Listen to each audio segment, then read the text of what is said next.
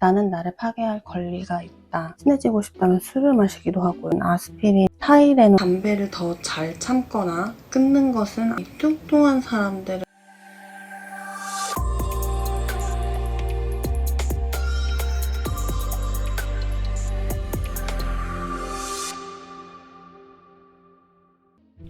안녕하세요, 판타사라입니다. 오늘 이야기해볼 주제는 많은 사람들이 일상생활에서 가까이 하고 있지만 조심스럽게 느껴지는 것들이죠. 술과 담배 그리고 마약에 대한 이야기를 해보도록 하겠습니다.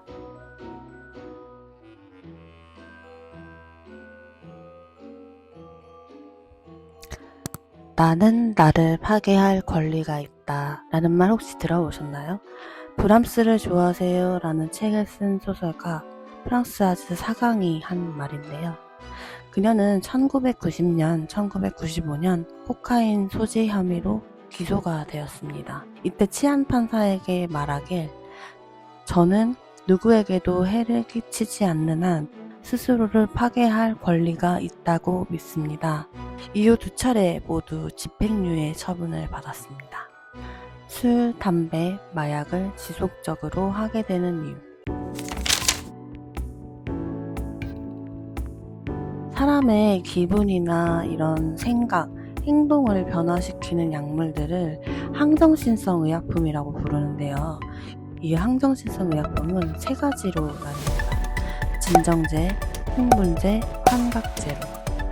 알코올은 불면이나 불안, 고민, 통증, 경련 같은 흥분된 상태를 진정시키는 진정제에 속하고요.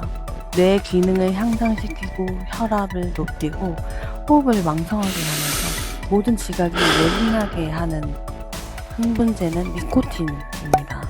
환각작용을 유발시키거나 발동시키는 환각제는 마약이고요.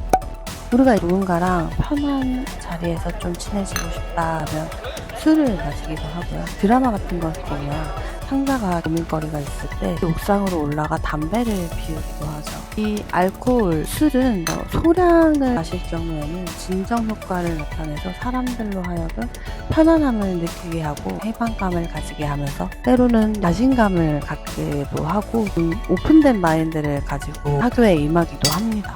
하지만 동시에 흥분제인 니코틴이 들어오게 되면은요, 더 자신감을 느끼기도 하고 더 오픈된 행동으로 하게 됩니다. 술, 담배 등으로 도파민이 자주 분비를 하다 보면 이 뇌는 쾌락을 얻었던 이 관계들을 기억해뒀다가 술 마실 때는 담배도 피우고 싶고 담배 피울 때는 술이 더 생각나게끔 한다는 거예요. 하지만 약물에 의해서 계속 도파민이 증가를 하게 되면 장기와 뇌를 연결해주는 데는 이 길 전체가 변형이 됩니다. 이 길이 변형이 되면 약물을 원하는 정도를 더 강하게 만들고요. 이 술 마시고 담배 피웠던 기억들을 유지해서 계속 술이랑 담배 피고 싶어 라는 거를 갈구하고 원하게 유도하게 됩니다.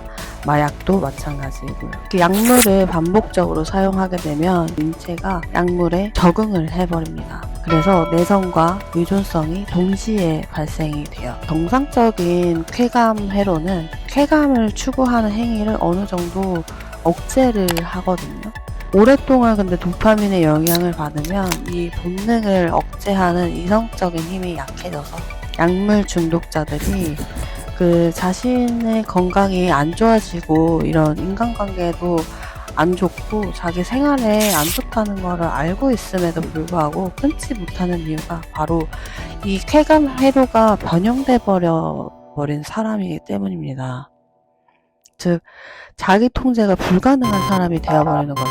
그래서 이 약물 중독자가 계속 약물을 복용하지 않으면 허전함이나 불안함 그리고 또 외로움을 느끼게 됩니다. 약물뿐 아니라 인터넷 중독이나 도박 중독의 경우에도 이런 쾌감 회로가 활성화되기 때문에 같은 이유예요. 우리는 이 마약을 아마 접해봤을 수도 있습니다. 바로 의료용 마약인데요.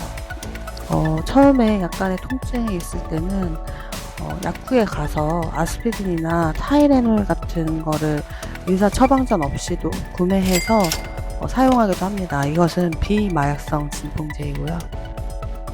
하지만 여기서 통증이 증가하게 되면 약한 마약성 진통제나 진통 보조제를 사용하게 됩니다. 코데인이나 트리마돌 같은 정말 극심한 통증, 이제 3단계로 올라가게 되면 암 환자나 엄청 심한 그 사고를 당한 사람, 교통사고를 당한 사람, 이런 사람들은 모르핀이나 오시코돈, 펜타닐 같은 강한 마약성 진통제를 사용하게 됩니다. 앞서 말한 듯이 이 약품은 뇌에 작용을 하기 때문에 의존성이나 내성이 생겨 지속적으로 이 약물을 맞아야 되는 상황이 발생합니다. 이 약품마다 처방과 사용 용량이나 기간 같은 게 정해져 있어요. 프로포폴 같은 경우에는 월 1회로 정해져 있습니다.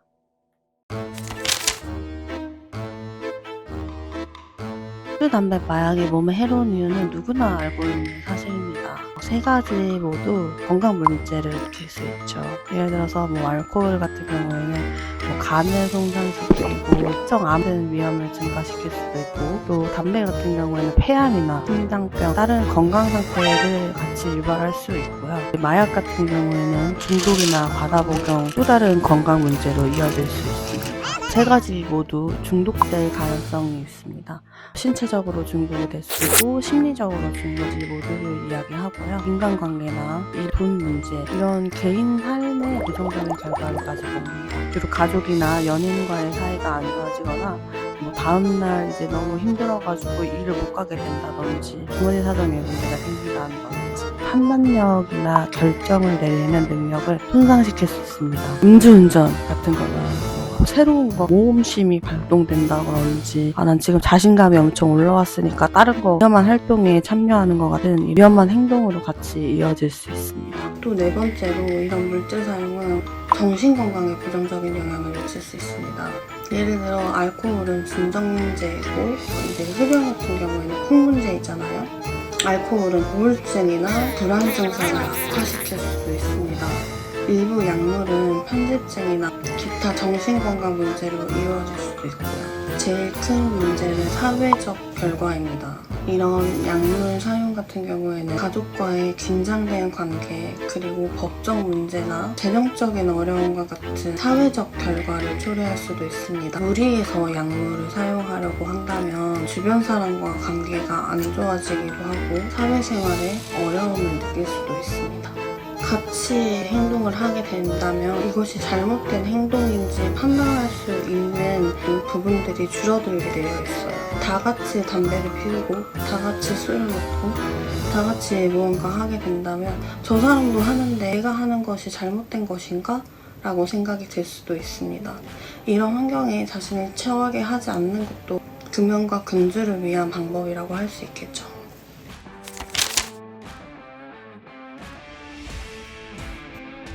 음주나 흡연, 건강행동은 국민의 건강 수준을 일정하는 중요한 요소인데요. 우리나라 알코올 소비량은 OECD 전체 15위, 아시아에서 1위입니다. 많은 이들이 뚱뚱한 사람들을 보면 자기 관리를 못해서, 자기 통제를 못해서라고 이야기를 하는데요. 관계가 없진 않지만 결정적이진 않고, 자기 통제의 차이는 일과 공부에서 가장 크게 나타난다고 합니다. 자기 통제를 잘하는 사람이라고 해서 담배를 더 잘 참거나 끊는 것은 아니라는 연구 결과가 있었고요. 공자가 말하길 욕망을 억압하고 도를 따르는 것이 아니라 힘과 도를 일치하는 것이 도에 맞는 삶이라고 이야기하였습니다. 스스로를 잘 통제하는 방법은 자기 관찰을 하는 것인데요. 자기 관찰을 효과적으로 하려면 기록하는 방법이 있습니다. 자기 관찰과 분석, 실험으로 자기 행동에 이해가 쌓이면 그때 계획을 하는 거죠. 이 계획을 하면서 목표를 세웁니다. 행동은 그런 조건들의 산물인데요. 의지력은 제한된 자원이에요. 그래서 최소한으로 활용을 해야 합니다. 모든 것을 내 의지대로 끊을 수가 없거든요. 바람직한 행동을 하려면 의지를 발휘하는 것이 아니라 그런 행동을 할 수밖에 없는 조건과 환경을 만들어야 합니다. 그리고 기억해야 되는 한 가지 이유가, 어쩌다 실패하게 되면 죄책감에 빠지기가 쉬운데요. 죄책감에 빠지는 것보다 왜 이런 행동을 했는지 파악해서 해결책을 찾으면 돼요. 자기 보상을 하는 법은 생각보다 단순합니다. 매일매일 술을 마시는 사람이 있다라고 가정을 했을 때 나는 금주까지는 아니더라도 술을 줄이고 싶다라고 생각을 한다면 월요일부터 금요일까지 열심히 일했으니까 난 주말에 하루 정도는 술을 마셔도 될 것 같아. 아니면 운동을 일주일에 3번 이상 운동을 했으니까 나는 일주일에 한 번은 술을 마셔도 되겠다 라는 식으로 자기한테 보상을 해주는 거예요. 이거를 2주에 한 번, 뭐 한 달에 한 번 이런 식으로 줄여가는 방법이 있겠죠. 하루하루 성공할 때마다 나한테 보상을 해주는 겁니다. 나를 위한 저금을 합니다. 예를 들어서 매일매일 담배를 한 갑을 피우는 사람이 있다라고 한다면 한 갑씩의 가격을 매일 저금을 해서 이 기간 동안 성공하면 나는 해외여행에 갈 것이다. 아니면 나는 쇼핑을 하겠다. 라는 식으로 보상의 범위와 목표를 측정을 합니다. 여기서 주의할 점은 내가 담배를 피우고 술도 먹는 사람인데 금연을 하고 싶다라고 하면 술도 같이 절제를 하는 것이 좋습니다. 다이어트도 마찬가지입니다. 일주일에 한 번은 내가 마음대로 내가 먹고 싶은 음식을 먹을 수 있는 보상 기간을 준다든지 내가 꾸준하게 운동을 했다면 휴식 시간을 넷플릭스 TV를 시청하는 것에 보상을 주겠다 한다든지 경력 개발을 위한 공부를 했다면 매일매일 돈을 모아서 이 물건을 정해놓고 쇼핑을 한다든지 이런 식으로 보상을 하는 방법이 있습니다.